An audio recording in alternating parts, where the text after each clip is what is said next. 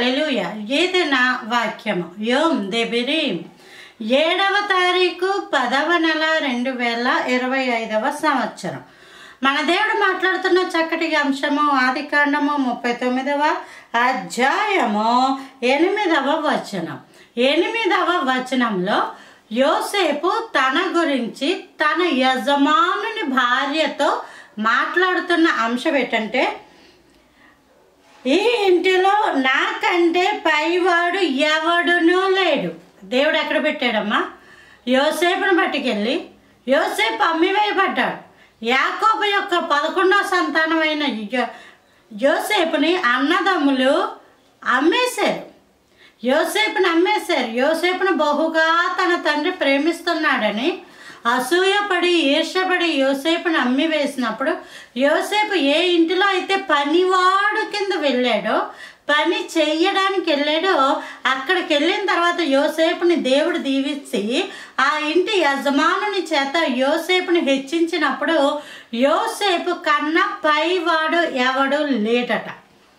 నాకంటే పైవాడు ఎవడు లేడు అని యోసేపు అంటున్నాడు. ఈరోజు ఆశీర్వదించబడిన వాళ్ళముగా, దేవుని బిడ్డలముగా మనకున్న అర్హత ఏంటంటే, మనం ఏ ఇంటిలో ఉన్నామో ఆ ఇంటిలో దేవుని చిత్తము చొప్పున జరిగించుటకు దేవుడు మిమ్మల్ని ఆ ఇంటికి పంపించాడు. పెత్తనాలు చేయడానికి కాదు, దేవుని చిత్తము జరిగించుటకు. యోసేపు అక్కడ పెత్తనాలు చేయలేదు, దేవుని చిత్తమే జరిగించాడు. దేవుడు మాటకు లోబడ్డాడు. దేవుడు ఏం చెప్తే అదే చేశాడు. నువ్వు ఏ ఇంటిలో ఉన్నావో ఆ ఇంటిలో నీకంటే పైవాడు ఎవడు లేడు. ప్రతి ఇంటిలో ఇద్దరే అధికారులు ఉంటారు. ఒకటి దేవుడు, రెండోది దయ్యము. దయ్యం అధికారికంగా ఉన్నప్పుడు ఆ ఇంటిలో వచ్చే అస్తవ్యస్తమైన పరిస్థితులు అందరికీ తెలుసే. అదే దేవుడు అధికారిగా ఉన్నప్పుడు ఆ ఇంటిలో జరుగుతున్న గొప్ప మార్పులు, గొప్ప ఆ యొక్క పద్ధతులు అందరికీ అనుభవాల్లోనే ఉంటాయి. చాలామంది ఈ ఇంటికి దేవుడే అధిపతి, గృహాధిపతి అని చెప్పి రాస్తూ ఉంటుంటారు. ఎందుకు? ఆ ఇంటిలో దేవుని చిత్తం మాత్రమే జరగాలని. దేవుడు అభిషేకించిన వాడు, దేవుడు దీవించిన వాడు, దేవుని ప్రణాళిక ఉన్న వ్యక్తి అయిన యోసేపు ఈ పొతీఫరు ఇంటికి వెళ్ళి, అది దేవుని ఎరకనటువంటి కుటుంబం, దేవుని చిత్తానుసారమైన కుటుంబం కాదు, దేవుడికి భయపడే వాళ్ళు ఎవరూ లేరు, ఆ ఇంటిలో ప్రార్థించే కుటుంబం కూడా అది కాదు. అయినప్పటికీ యోసేపు అక్కడికి వెళితే దేవుడు యోసేపుని వారింటిలో ఉన్న వారందరికన్నా పై స్థితిలో ఉంచాడట.